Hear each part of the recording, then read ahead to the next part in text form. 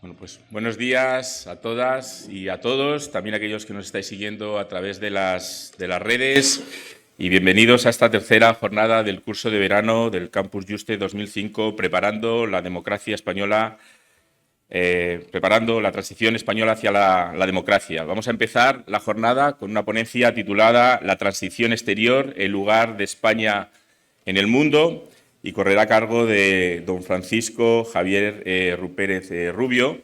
Él es licenciado en Derecho por la Universidad Complutense y titulado por la Escuela Oficial de Periodismo, diplomático de carrera.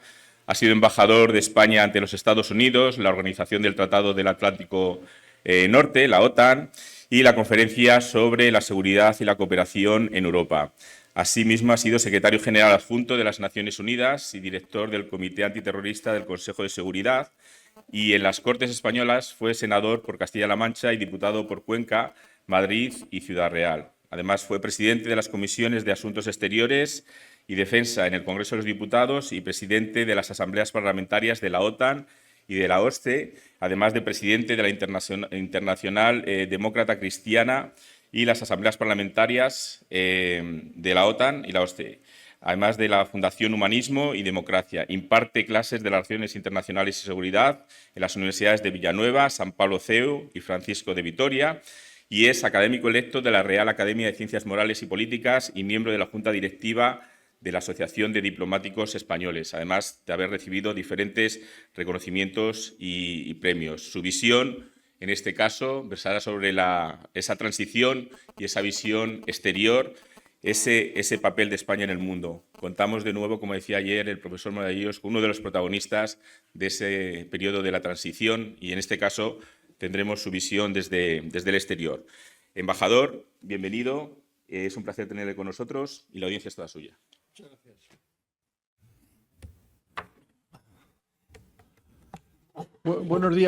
Buenos días a todos. Muchas gracias por la invitación. La verdad es que me siento especialmente contento de estar aquí con antiguos y siempre bien conocidos y respetados amigos. Y además para hablar de un tema que me resulta especialmente próximo, ¿no? Y además quería también felicitar a todos los organizadores por haber convocado este curso sobre la transición hacia la democracia, que me parece que es uno de los elementos fundamentales de nuestra vida en España, de nuestra vida democrática, de nuestra historia. Y me parece que naturalmente no vamos a repetirla, pero yo creo que es importante recordarla a todos los efectos, recordarla también a los efectos de las lecciones correspondientes para tener en cuenta lo que supone el trabajar juntos, unos y otros, para fundamentalmente respetar la dignidad de la persona humana y al mismo tiempo afirmar su libertad, el derecho a su libertad. Mi tema es la transición exterior. Y naturalmente la transición exterior es ir describiendo cómo España se sitúa después de la muerte del dictador en 1975. Lo primero que quiero recordar es que en ese momento España prácticamente no se encontraba en ningún lugar. Desde luego no se encontraba en los lugares en donde debía estar. No voy a recordar la historia de España del siglo XX, de la primera parte del siglo XX, de la segunda parte, pero sí es necesario recordar algunas cosas importantes, ¿no? Es que, por ejemplo, en 1945, cuando acaba la Segunda Guerra Mundial, hay un acuerdo entre las potencias victoriosas, fundamentalmente los Estados Unidos y la entonces Unión Soviética, para definir cuál es el futuro de las relaciones internacionales.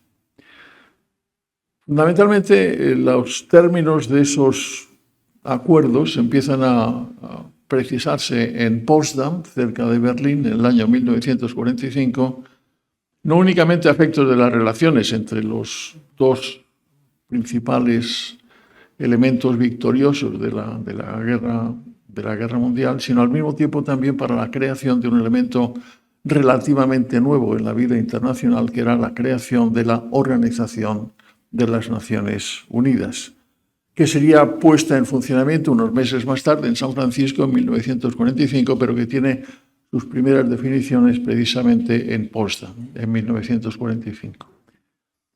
Y hay que recordar que en el momento en que los Estados Unidos, los americanos y los soviéticos se reúnen junto con los británicos, hacen una afirmación en donde dicen: por lo que se refiere a la admisión de otros estados en la Organización de las Naciones Unidas, según lo previsto en el artículo 4 de la Carta de las Naciones Unidas, los tres gobiernos, americano, soviético y británico, apoyarán las demandas de adhesión de aquellos estados que han permanecido neutrales durante la guerra y que cumplen con las cualificaciones arriba mencionadas, que son las del artículo 4 de la Carta, los países amantes de la paz. Y añaden: sin embargo, los tres gobiernos se sienten obligados a dejar claro que, por su parte, no favorecerán ninguna petición de adhesión que pueda ser presentada por el actual gobierno español, que, habiendo sido creado con el apoyo de las potencias del eje, no posee las cualidades necesarias para justificar su carácter de miembro, vistos sus orígenes, su trayectoria y su cercana asociación con los estados agresores. Y como decía el artículo 4 de la Carta de las Naciones Unidas, abre la pertenencia a todos los estados amantes de la paz que acepten las obligaciones consignadas en esta Carta y que, a juicio de la organización, estén capacitados para cumplir dichas obligaciones y se hallen dispuestos a hacerlo. De manera que el mundo de 1945 lo primero que hace es rechazar a España de una manera contundente, de una manera brusca, de una manera realmente grave, ¿no? De manera que la España del 45 no solo no está en ninguna parte, sino que además está abiertamente rechazada. Naturalmente había una historia complicada, está la guerra civil, 36-39, estaban las relaciones que habían existido entre las potencias del eje, fundamentalmente la Alemania nazi con la España de Franco, está también la participación en la guerra civil, pero como digo, en ese año, en 1945, España no estaba en ninguna parte. Y si contemplamos los momentos inmediatamente posteriores, nos damos cuenta también que efectivamente sigue sin estar en ninguna parte. En el año 47, que es cuando empieza la existencia del Plan Marshall, España no participa en el Plan Marshall. En el año 48 se había firmado la Declaración Universal de Derechos Humanos, en la cual naturalmente España no participa. España no está en las Naciones Unidas. En el año 49 se crea la OTAN, España no está en la OTAN, de manera que es una situación realmente de aislamiento. Pero al mismo tiempo también hay que tener en cuenta que Franco era claramente un dictador, pero al mismo tiempo también era una persona de comprensión relativamente fácil de los entornos internacionales y se fue acomodando a ellos, ¿no? Como también otros se fueron acomodando a ellos. Hay que recordar que en el fondo la Segunda Guerra Mundial arroja una composición de aliados que se rompe prácticamente al momento en que se firma la paz, o se firma precisamente el Pacto de las Naciones Unidas, con la existencia de los dos bloques encabezados, uno por la Unión Soviética y otro por los Estados Unidos. Y es relativamente temprano el momento en donde los Estados Unidos empiezan a comprender que, por razones puramente de tipo geopolítico y defensivo, les interesa ampliar su zona de presencia y de influencia. Estamos hablando del año 45, ese rechazo, estamos hablando del 47, no están en el Plan Marshall, el 49 no están en la nota, y sin embargo en el año 53 se firma por primera vez un acuerdo tipo defensivo entre España y los Estados Unidos que permite el establecimiento, la creación de bases americanas, de bases defensivas americanas en territorio español. Y hay 4 bases que en aquel momento empiezan a existir como presencia militar americana en Rota, en Torrejón, en Zaragoza y en Morón de la Frontera. De manera que hay un cambio significativo. ¿Altera eso desde el punto de vista de proyección internacional la situación de España? Relativamente. Pero ya hay una relación, digamos, si no es estrictamente de amistad, por lo menos sí de colaboración y al mismo tiempo también de respeto. ¿Tiene algo que ver con el franquismo? ¿Tiene algo que ver con la situación española? Algo tiene que ver, poco. Porque, por otra parte, ciertamente España sigue sin participar en los términos fundamentales de la realidad internacional. Quiero recordar que España ingresa en las Naciones Unidas únicamente en el año 55, 10 años después de que se hubieran creado las Naciones Unidas, de que hubiera llegado a nacer la Organización de las Naciones Unidas. De manera que, desde ese punto de vista, España es un país claramente aislado. Había también otros datos que, si se quiere, se pueden considerar en este momento laterales, pero que en aquel momento eran realmente importantes, que era la relación entre España, la España franquista y el Vaticano. Esa relación, la relación de España y con el poder católico de la Santa Sede, había sido claramente puesta en duda durante los tiempos republicanos y también durante los comienzos del régimen franquista. Y ahí se llega también a la firma en el año 55 de un concordato importante, porque prácticamente lo que crea es un Estado confesional. Un Estado confesional en donde incluso el poder político tenía la capacidad de seleccionar la terna de los obispos. Yo creo que desde ese punto de vista el cardenal podría contarnos también dentro de un rato qué es lo que ocurría al respecto. El poder político, el gobierno español, tenía la capacidad de someter a la consideración de la Santa Sede aquellos nombres que consideraban adecuados para ser obispos de las diócesis españolas. Pero son datos, si se quiere, laterales, porque España sigue sin estar prácticamente en ningún punto significativo de la vida internacional. Naturalmente, las cosas evolucionan, la situación española también evoluciona. Hay un cambio que se produce a final de los años 60, en donde el franquismo comienza a evolucionar hacia concepciones relativamente diferentes de lo que había ocurrido, porque naturalmente el franquismo se sentía acosado, se sentía excluido y al mismo tiempo también expresaba su indignación por esa exclusión. Sin embargo, a partir de los años 69, 68, 69, con los cambios de gobierno, en donde empiezan a aparecer otras figuras políticas, hay un cierto cambio de aproximación, en donde la España de esos tiempos casi del post-franquismo, del tardo franquismo, empiezan a comprender que los destinos son muy claros. Son Europa y es el mundo atlántico.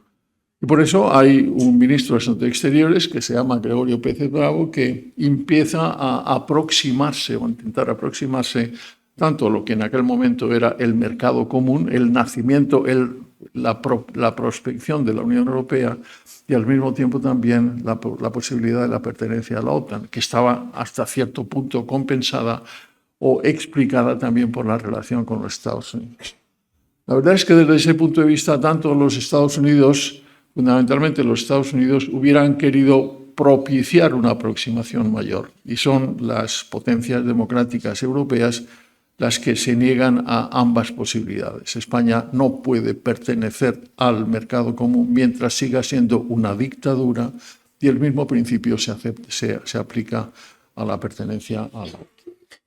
Son momentos, digamos, en donde por una parte la situación europea ha ido cambiando, la situación española ha ido cambiando también, la población de los años 70 no es exactamente la situación de la población española en los años 40, desde el punto de vista psicológico, desde el punto de vista político, desde el punto de vista económico, y consiguientemente la posibilidad y la necesidad de una evolución se siente cada vez más próxima. Pero sigue existiendo la dictadura y consiguientemente la imposibilidad de llegar a esa normalización. Franco muere en el año 1975. Hay que recordar, por otra parte, también que el franquismo, siempre hábil en sus planteamientos, había ido girando en sus relaciones con los Estados Unidos hasta marcar algún tipo de diferencia. Los primeros pactos con los Estados Unidos tienen una vigencia de 10 años, se renovaban cada 10 años. Por otra parte, lo que era claramente era una situación prácticamente de arriendo. Lo que hacía España era arrendar unas bases a los Estados Unidos, una compensación política muy relativa, ¿no? Y lo que Franco siente en las primeras renovaciones es que el precio tiene que ser elevado. No es elevado, Y lo que hay en aquel momento es como el montaje de la proyección pública mediática es claramente una crítica de los Estados Unidos que va creando una atmósfera antiamericana en la opinión pública española ya prácticamente a partir de los años 60. Y es uno de los datos que tenemos que tener en cuenta para las evoluciones posteriores. Pero las bases siguen y, consiguientemente, esa relación bilateral sigue basada fundamentalmente en ese tipo de arriendo de las bases. Muere Franco en 1975 y España no está en ningún lado. Tiene una relación imperfecta con los Estados Unidos, tiene una relación peculiar con el Vaticano, que tampoco le ayudaba especialmente desde el punto de vista de las proyecciones internacionales, tiene aspiraciones para no se sabe bien qué, y al mismo tiempo tiene una incertidumbre política grave. ¿Qué es lo que va a pasar una vez que Franco muera?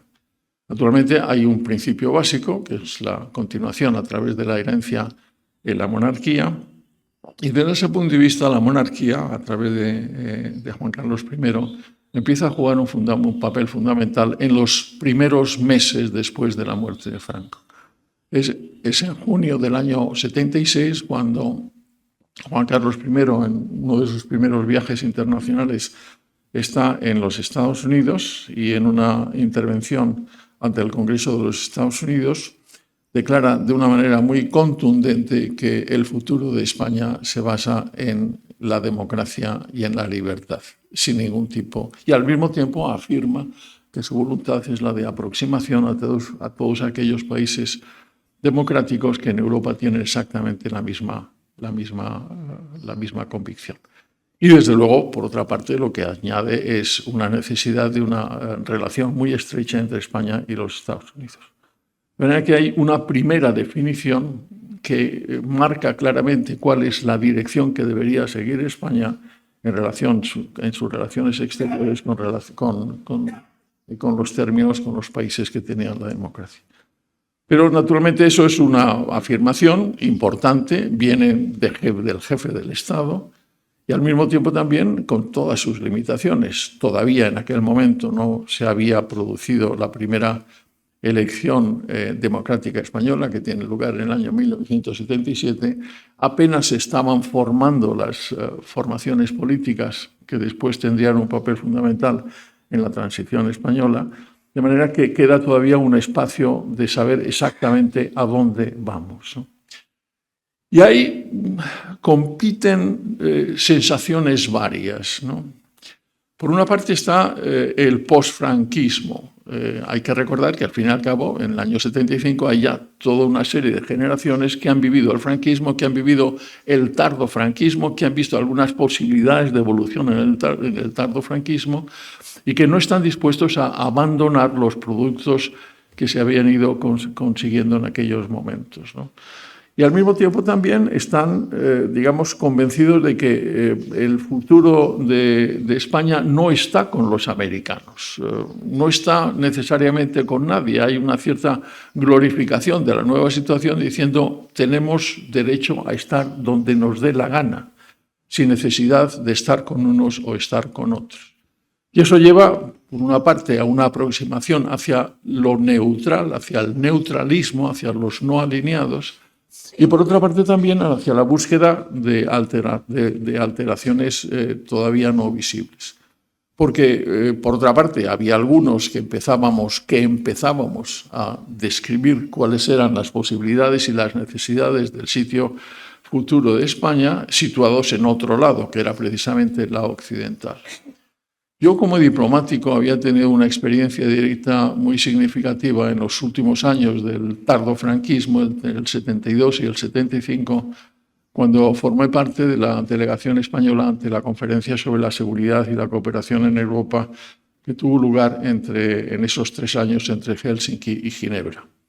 Era una conferencia especialmente significativa que venía fundamentalmente propiciada por la Unión Soviética, cuando la Unión Soviética ya no era lo que había sido al final de la Segunda Guerra Mundial y necesitaba el reconocimiento del que en ese momento carecía, teniendo en cuenta, por otra parte, que la Europa occidental, gracias fundamentalmente al apoyo del Plan Marshall había ido consiguiendo una estabilidad política y económica significativa. La Unión Soviética buscaba unos acuerdos que le fueran favorables. El mundo occidental, incluyendo los Estados Unidos y el Canadá, lo admitieron con cierta renuncia, pero la conferencia tuvo lugar y produjo un texto importante, cuya lectura les recomendaría, que es el Acta Final de Helsinki, que sigue siendo realmente un elemento significativo para el mantenimiento de la paz en Europa. En la conferencia de seguridad asistieron 35 países. Era la primera conferencia internacional a la cual España asistía en pie de igualdad prácticamente desde el año antes de la Guerra Civil. De esos 35 países había unos que pertenecían al grupo socialista, al grupo regido por la Unión Soviética. Había otros países que claramente pertenecían al mundo occidental, dirigidos fundamentalmente por los Estados Unidos. Había otro grupo de países neutrales y no alineados, y había dos países que no estaban en ninguna parte. Uno de ellos era el Vaticano, otro de ellos era España. Literalmente España. No estábamos en ninguna parte. Naturalmente, la posibilidad de participar en esa conferencia nos dio una capacidad de presencia notable que aprovechamos en todas nuestras posibilidades. Tengo que reconocer también que los que eran en aquel momento los embajadores en la conferencia de seguridad, tanto Nuño Aguirre de Cárcel como Miguel Solano, eran figuras realmente espléndidas desde el punto de vista de capacidad profesional, pero la realidad era esa, no estábamos en ninguna parte. De manera que para gentes como yo, con la experiencia que habíamos vivido, el tema era dónde debemos estar. Yo tuve una participación significativa y muy importante como jefe de gabinete de Marcelino Oreja, que fue primero su secretario y luego ministro de Asuntos Exteriores inmediatamente después de la muerte de Franco. Y ahí empezamos a concebir un planteamiento que era muy clásico, ¿no? Y que yo luego transmití cuando ya dejé la actividad diplomática para participar directamente en la vida política en 3 palabras.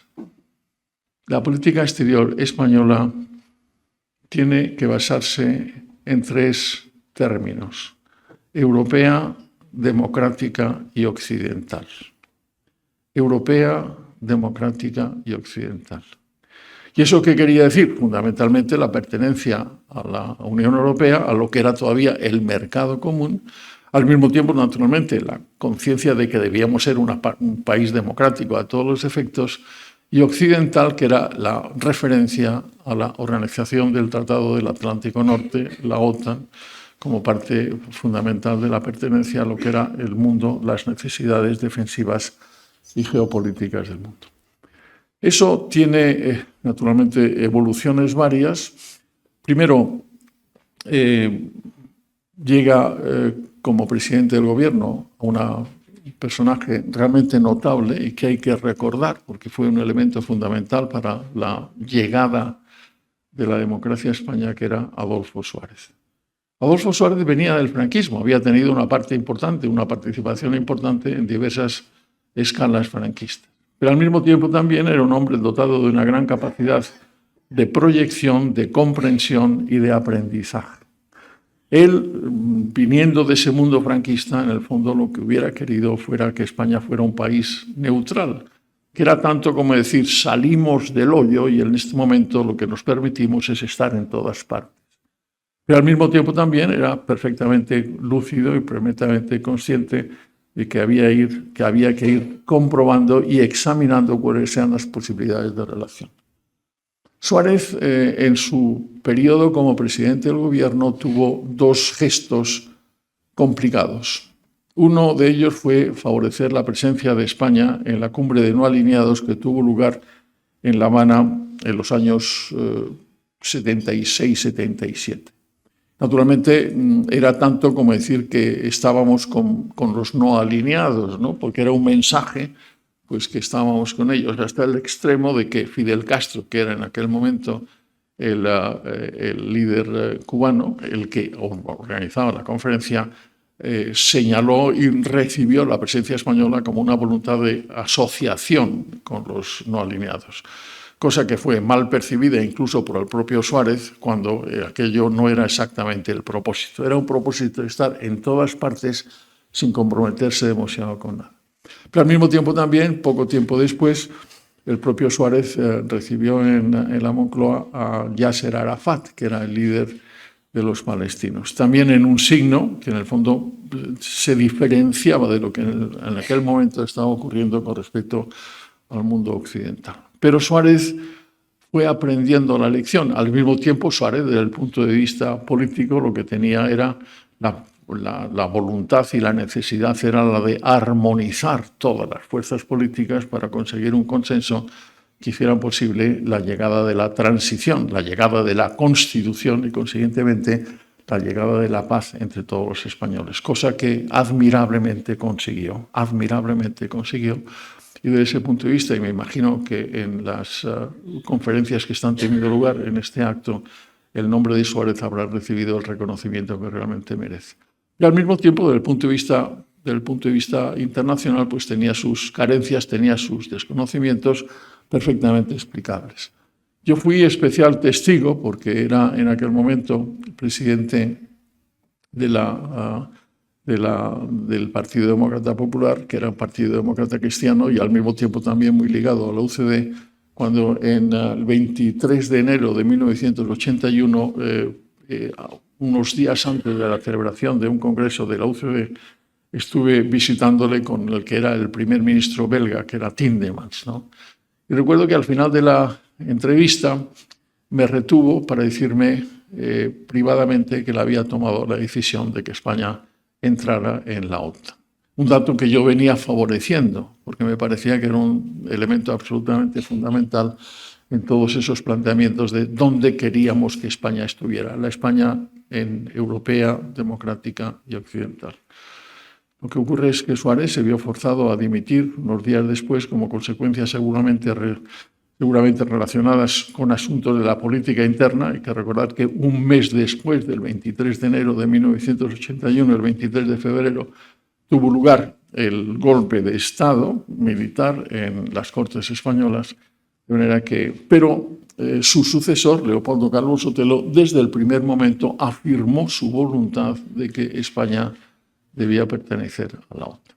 De manera que se iba abriendo el camino de lo que era la transición española hacia el exterior, en dónde, cómo y en qué condiciones.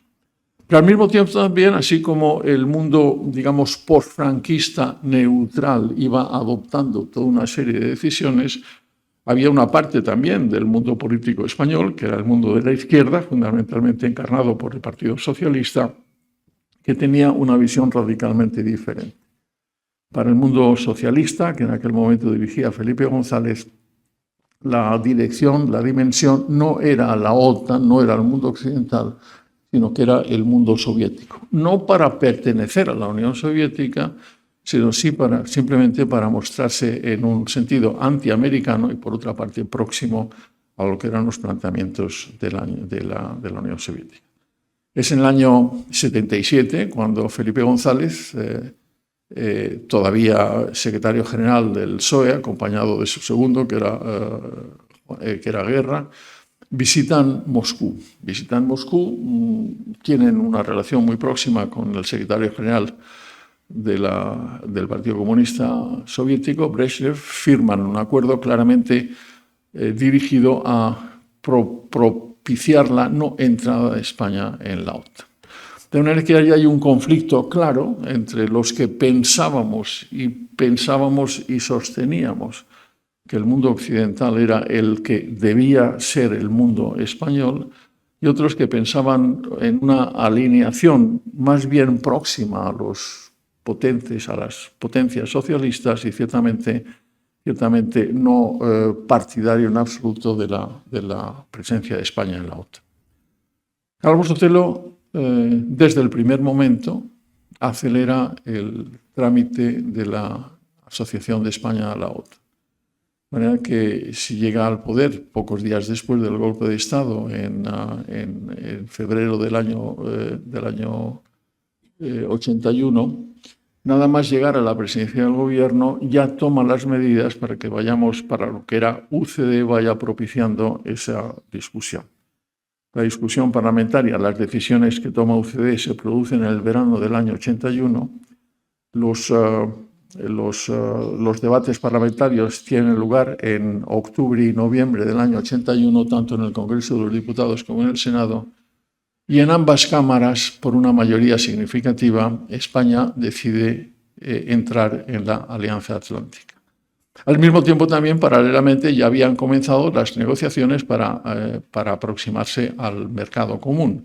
De manera que los dos procesos estaban en camino. No había grandes diferencias con respecto a la asociación europea, sí había unas profundas diferencias con respecto a la asociación con la OTAN. El proceso de la OTAN es, como todos los procesos internacionales, un proceso largo. En noviembre del 81 la decisión ya está tomada, pero se abre al mismo tiempo también la ratificación por parte de todos los países miembros de la OTAN, que van aceptando la adhesión española, hasta que en mayo del 82 ya está certificada esa apropiación, esa aprobación por parte de los países miembros de la OTAN. Y es, curiosamente, el 30 de mayo de 1982, cuando el encargado de negocios de la Embajada de España en Washington se acerca al Departamento de Estado para depositar el acta de adhesión. El 30 de mayo del 82 era un domingo, día extraño, ¿no?, para acercarse a una institución administrativa. Y se lo preguntan en el Departamento de Estado y el encargado de negocios, porque en aquel momento no estaba presente en Washington el embajador, explica que el Partido Socialista Obrero Español había organizado con el Partido Socialista Griego para el lunes siguiente una manifestación contraria a la OTAN que hubiera podido tener consecuencias negativas para nuestra adhesión.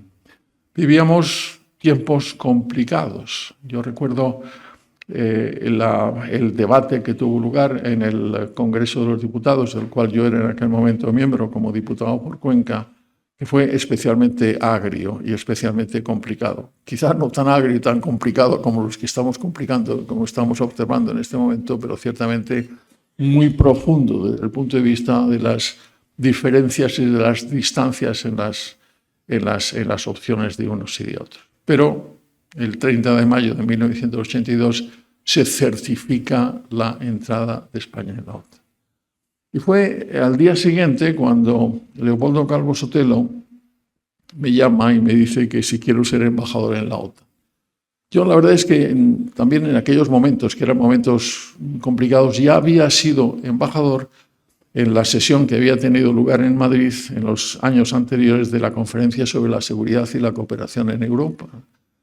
Precisamente cuando yo era jefe de gabinete de Marcelino Oreja, le sugerí, una vez cerrada la primera fase de la Conferencia sobre la Seguridad, que una de las siguientes sesiones de la conferencia tuviera lugar en Madrid, que era también una manera de traer a España, de traer a Madrid una cosa que no había ocurrido durante 50 años, que era precisamente un foro internacional importante.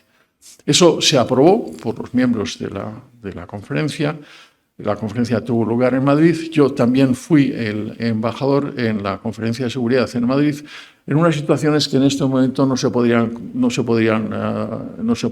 reproducir. Yo era tanto diputado por un lado como embajador. En este momento eso sería incompatible. Pero al mismo tiempo para nosotros era importante esa conferencia porque era la afirmación de la presencia internacional, aún sabiendo que al decir que queríamos la conferencia estábamos transmitiendo la idea de que quizá nosotros éramos neutrales, porque se había creado en torno a la conferencia una idea de que la conferencia era más bien para aquellos que eran países neutrales. De manera que, por una parte, estábamos naturalmente favoreciendo la entrada en la OTAN, por otra parte, estábamos favoreciendo nuestra presencia en la conferencia. La conferencia en Madrid quedó muy bien, pero llegó un momento en donde los soviéticos creyeron que aquella participación de España en la conferencia, aquella presencia en Madrid de la conferencia era incompatible con nuestra opción para entrar en la OTAN, ¿no? Y de hecho la Embajada Soviética en Madrid transmitió a Leopoldo Calvo Sotelo un escrito de una manera extraordinariamente brusca en ese sentido, explicando que efectivamente aquello no era compatible. Yo lo dije desde el principio, lo dije de una manera muy clara. España is the host, not the hostage. España es el anfitrión, no la víctima, no el que tiene que pagar el precio, ¿no? Pero efectivamente, y Calvo Sotelo lo entendió perfectamente y devolvió aquel texto a los soviéticos en eso que se llama en la vida diplomática el non-recevoir, ¿no? Pero es también para narrar exactamente todo lo que significaba en aquel momento la transición hacia nuestros planteamientos. Llega, por otra parte, como embajador en la OTAN, cuando me lo propone Leopoldo Calvo Sotelo, me dice: Javier, ¿quieres ser embajador en la OTAN? Naturalmente a mí me interesaba mucho porque habíamos entrado en la OTAN por razones fundamentalmente políticas. Naturalmente había toda una enorme cantidad de cuestiones defensivas que teníamos que investigar, que no eran especialmente conocidas para mí en aquel momento. Pero me dice: de todas formas, ya sabes que no vas a estar mucho tiempo allí porque la situación política es la que es. La situación política, efectivamente, supone que en el año 82, en el año noviembre, si no recuerdo mal, ganan los socialistas las elecciones, ¿no? Y consiguientemente se abre la posibilidad de que los socialistas tomen la decisión de salirse de la OTAN. Era OTAN de entrada no, que era lo que habían dirigido a través de las manifestaciones públicas que habían encabezado algunos otros socialistas conocidos como, por ejemplo, Javier Solana, que curiosamente, después de algunos años, acabó siendo secretario general de la OTAN, precisamente. Un poco, digamos, las conversiones son siempre bienvenidas, ¿no? Pero en el momento en que llegan los socialistas al gobierno, naturalmente la primera decisión que toman es la de cesarme como embajador en la OTAN, cosa que era perfectamente previsible. Y recuerdo la entrevista que tuve con el secretario general de la OTAN, con un gran personaje de origen holandés llamado Luns, y cuando me despido de él y me dice una serie de cosas muy amables, me dice también: Javier, si os salís de la OTAN, hubiera sido mejor que nunca entrarais, ¿no? Era también un poco la situación, porque la entrada de España en la OTAN como miembro 16 había significado también un refuerzo de la Organización Atlántica cuando no atravesaba por sus mejores momentos. Entonces quedamos en esa disyuntiva, ¿no? Pero pasan toda una serie de cosas que también tienen significado desde el punto de vista de la concepción de lo que era la transición exterior y al mismo tiempo del contexto exterior en donde nos movíamos.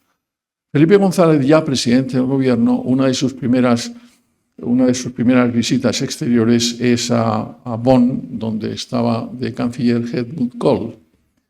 Y el canciller alemán, ya estábamos en aquel momento en un proceso relativamente profundo de negociaciones con el mercado común. Y el canciller alemán le previene y le dice que sería mejor que España permaneciera en la OTAN, porque si decidiera dejar la OTAN, la negociación con el mercado común sería enormemente complicada y posiblemente se frustraría. Ese es un dato que recibe y que naturalmente empieza a considerar. Y en esos 4 años que transcurren entre el año 82 y el año 86 hay un replanteamiento por parte del socialismo en el poder, hasta el punto de que en el año 86 aquello que había sido OTAN de entrada no, se convierte en la convocatoria de un referéndum que se titula OTAN en el interés de España. El referéndum se celebra en el año 86, se gana a favor de la OTAN, no de una manera espectacular, pero efectivamente España entra en la OTAN. En el año 85 se había firmado ya el acuerdo de adhesión de España al mercado común, de manera que en el año 86 las grandes opciones de la transición española estaban cerradas. No completamente, porque la entrada de España en la OTAN a través del referéndum del 86 supone también para el gobierno socialista, primero, el cierre de dos de las bases americanas que existían en España, se cierra Zaragoza y se cierra Torrejón como bases americanas, y al mismo tiempo también España no ingresa en la estructura militar integrada de la alianza, que es uno de los elementos fundamentales del funcionamiento de la alianza. Habría que esperar al año 1999, cuando José María Aznar era ya presidente del gobierno, para que España finalmente cerrara su compromiso y entrara en la estructura militar integrada. Esa es la descripción de la transición exterior de España. Esos fueron los planteamientos, fueron las discusiones, fueron las divergencias, pero al mismo tiempo fueron los éxitos. De manera que a través de esas bases lo que conseguimos fundamentalmente es que España estuviera allí donde yo creí y todos creímos, y yo creo que todos los españoles creímos y seguimos creyendo que debíamos estar, que es el mundo europeo, democrático y occidental.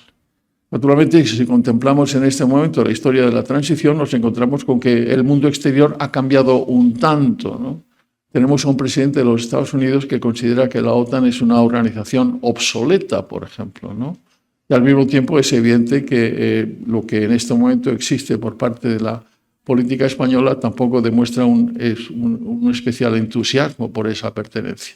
Pero al mismo tiempo también ahí estamos, ¿no? Ahí estamos, no solo ahí estamos, sino que ahí seguiremos y ahí deberíamos seguir estando, sin ningún tipo de duda. Naturalmente, al mismo tiempo, reforzando uno de los aspectos fundamentales, que es precisamente el aspecto europeo. Ante la posibilidad de que el lado atlántico sufra algún tipo de fragilidad o de debilidad, tendríamos que tener en cuenta la necesidad de reforzar el lado europeo. ¿Por qué? Porque en estos últimos 80 años, desde el final de la Segunda Guerra Mundial, con todos los defectos, con todos los problemas, con todas las limitaciones, el mundo ha vivido en un modicum de paz como prácticamente no había conocido nunca en su historia de los últimos años. Yo creo que tenemos que tenerlo muy en cuenta. Y ese modicum de paz tiene, desde el punto de vista de la proyección exterior, dos ramas. Uno es la Organización del Tratado del Atlántico Norte y otro es la Unión Europea. Y si queremos mantener la libertad, la democracia y en el fondo, si queremos mantener la vida, tenemos que tener en cuenta aquella lección que nos trajo la transición hacia la democracia, que es la pertenencia a ese mundo europeo, democrático y occidental. Nada más y muchas gracias.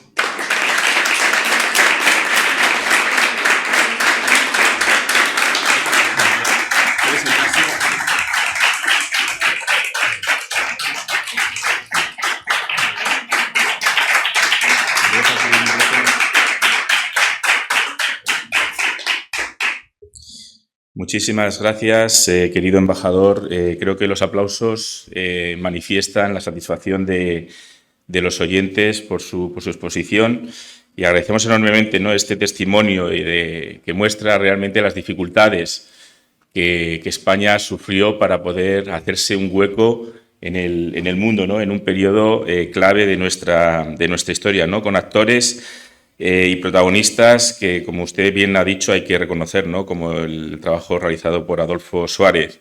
Me ha congratulado también escuchar el que haya mencionado, ¿no?, que fue jefe de gabinete de Marcelino Oreja, a quien aquí tenemos muchísimo cariño. Le otorgamos el premio europeo Carlos V, está en los muros de nuestro Paseo de la Fama, como yo le llamo.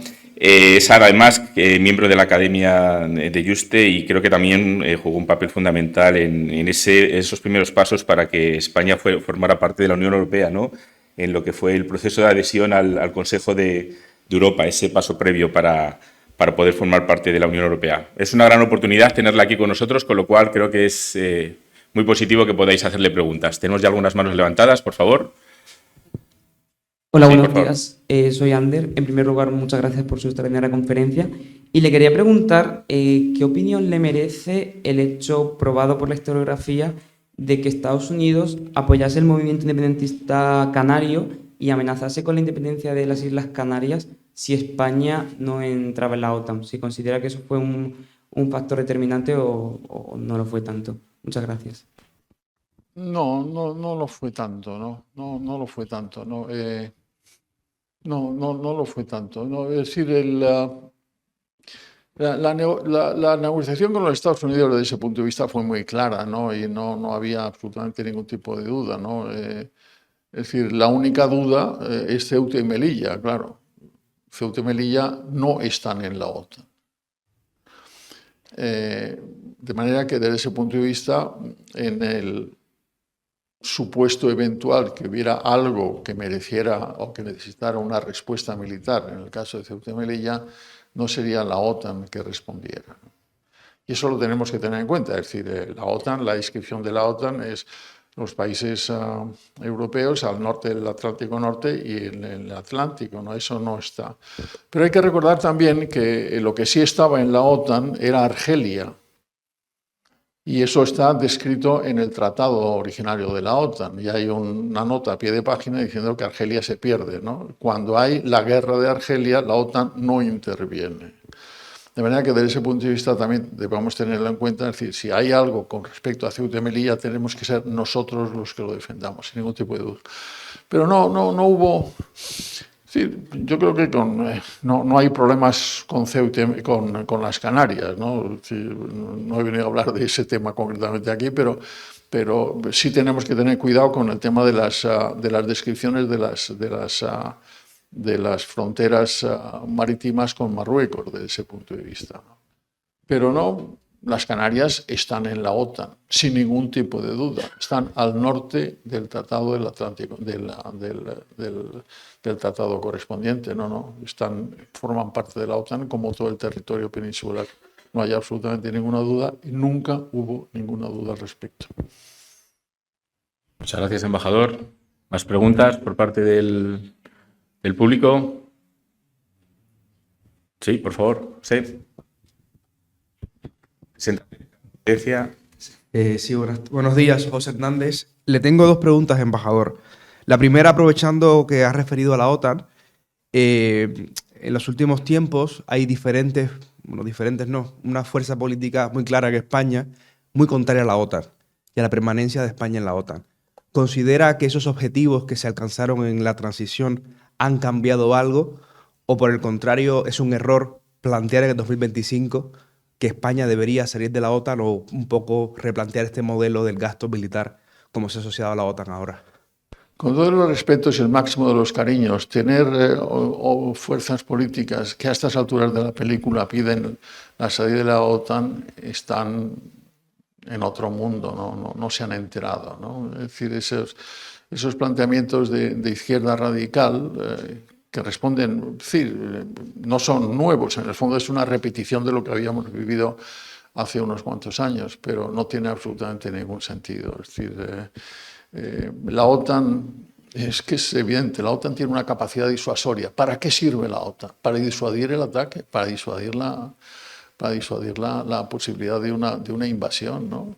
Y desde ese punto de vista ha demostrado una capacidad como nunca se había producido en ningún tipo de organización internacional previa. Nunca ningún país miembro de la OTAN ha sido atacado por una fuerza exterior, ¿no? De manera que desde ese punto de vista, por razones ideológicas, en el fondo de nuevo es el antiamericanismo, ¿no? Esa especie de antidemocracia y esa especie de sueño de evocación de la Unión Soviética, ¿no? Me parece que, por otra parte, lo que estamos viendo es que esas fuerzas políticas, digamos, el único problema que tenemos en este momento es esas fuerzas políticas apoyan al gobierno, ¿no? O más bien, esas fuerzas políticas son las que permiten que el gobierno siga existiendo, ¿no?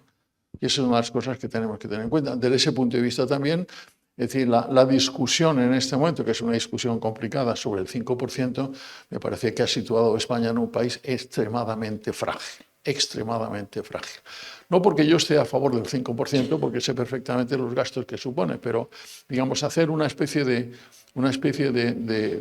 planteamiento glorioso, ¿no? Diciendo que nos negamos al 5%, eso se podía y se debía haber evitado, ¿no?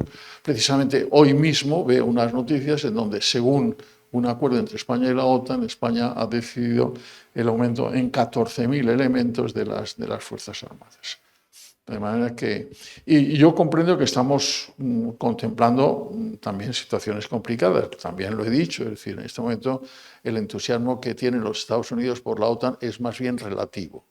Y por eso está exigiendo también esos planteamientos, esos aumentos. Pero al mismo tiempo también digo, es decir, en este momento la obligación europea es precisamente construir lo que dejaran de aportar los americanos, siguiendo con el fundamento básico. La capacidad de disuasión de la OTAN es absolutamente central. Absolutamente central. Y no únicamente una capacidad de disuasión así en general, sino que es la disuasión para todos aquellos que quieren acabar con la democracia y con la libertad en Europa, ¿no? ¿Y quiénes son? Pues fundamentalmente un señor que se llama Putin y un país que se llama la Federación Rusa. Eso es lo que tenemos que tener en cuenta. Muchas gracias, embajador. ¿Alguna más? Mira, tenemos aquí una pregunta que nos llega a través de las redes por parte de Diego María Martínez.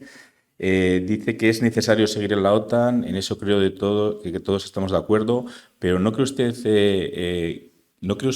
que es hora de crear un ejército en la Unión Europea? Sí, claro, estoy convencido.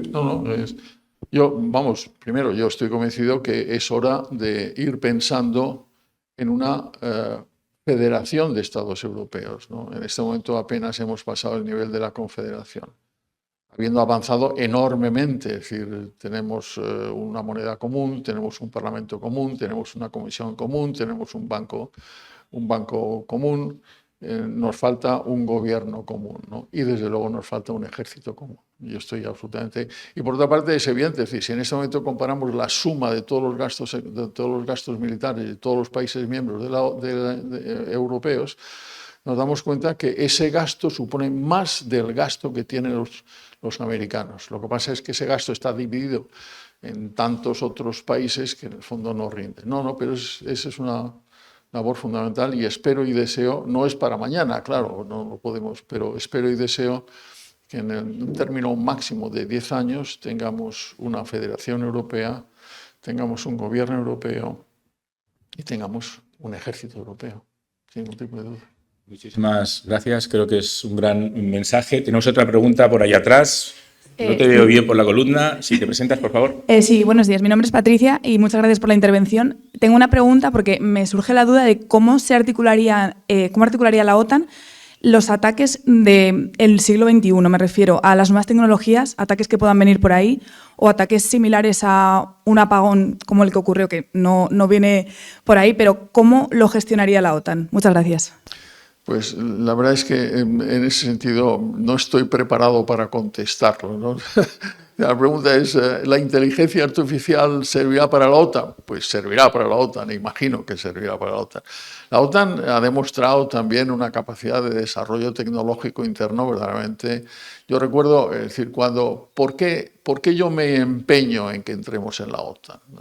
Para mí, yo no soy militar, bueno, he sido militar en los servicios cuando era universitario. Además, estoy muy orgulloso de haber sido alférez del Ejército del Aire, del servicio de vuelo. Yo volaba y cosas de estas, pero es toda mi experiencia militar. Para mí era una opción política. ¿Dónde hay que estar?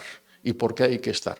Pero luego, en el tiempo en que fui embajador, tuvimos toda una serie de negociaciones con la OTAN precisamente para describir nuestra participación y me enteré de lo que suponía desde el punto de vista técnico y militar lo que es la maquinaria de la OTAN. Es realmente admirable. Lo era en aquel momento, supongo que en este momento alcanza unos niveles de planificación estratégica verdaderamente admirables. De manera que, pero más detalles en este momento, ¿qué es lo que aportaría la inteligencia artificial? Pues seguramente aportaría mucho. Pero para mí, fundamentalmente, ¿qué es la OTAN? Es disuasión. Disuasión. Es decir, si en este momento vemos un tema que está en todos los medios de comunicación, la participación, el porcentaje en el Producto Interior Bruto, ¿no? Nosotros somos el último, 1,28. A mí me produce una profunda vergüenza que estemos el último, ¿no? Parece ahora que vamos a llegar al 2%. ¿Cuál es el primero? Polonia. ¿Con cuánto? 4,43%, cerca del 5%. ¿Por qué? Porque Polonia tiene una larga frontera común con la Federación Rusa. ¿Y cuál es el peligro? El peligro es la Federación Rusa, es Vladimir Putin, no tengamos absolutamente ninguna duda. Lo estamos viendo en Ucrania, lo estamos viendo en Ucrania.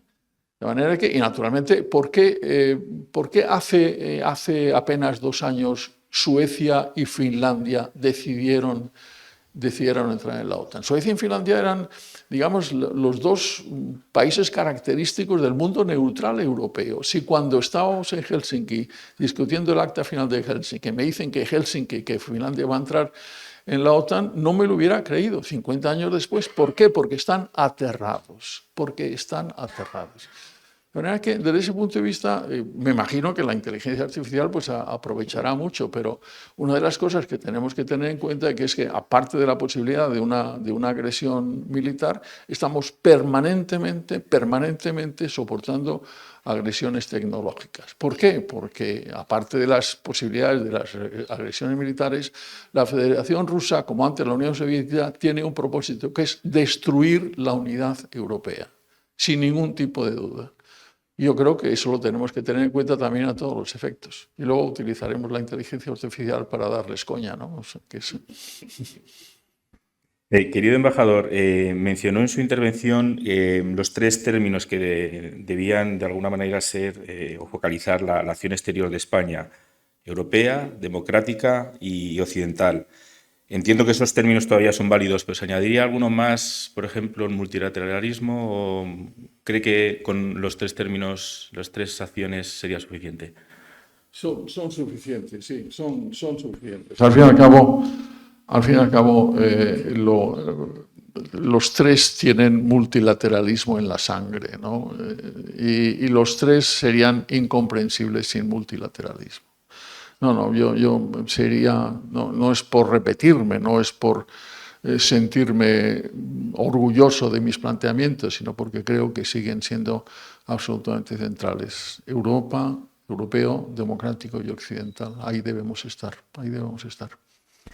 Muy bien, pues muchísimas gracias. Se nos ha agotado el tiempo, ha pasado rápido y eso es señal de que hemos estado muy a gusto con usted. Agradecemos enormemente su exposición y le despedimos antes de pasar a la siguiente ponencia con un gran aplauso. Muchas gracias. Muchísimas gracias. Sus notas.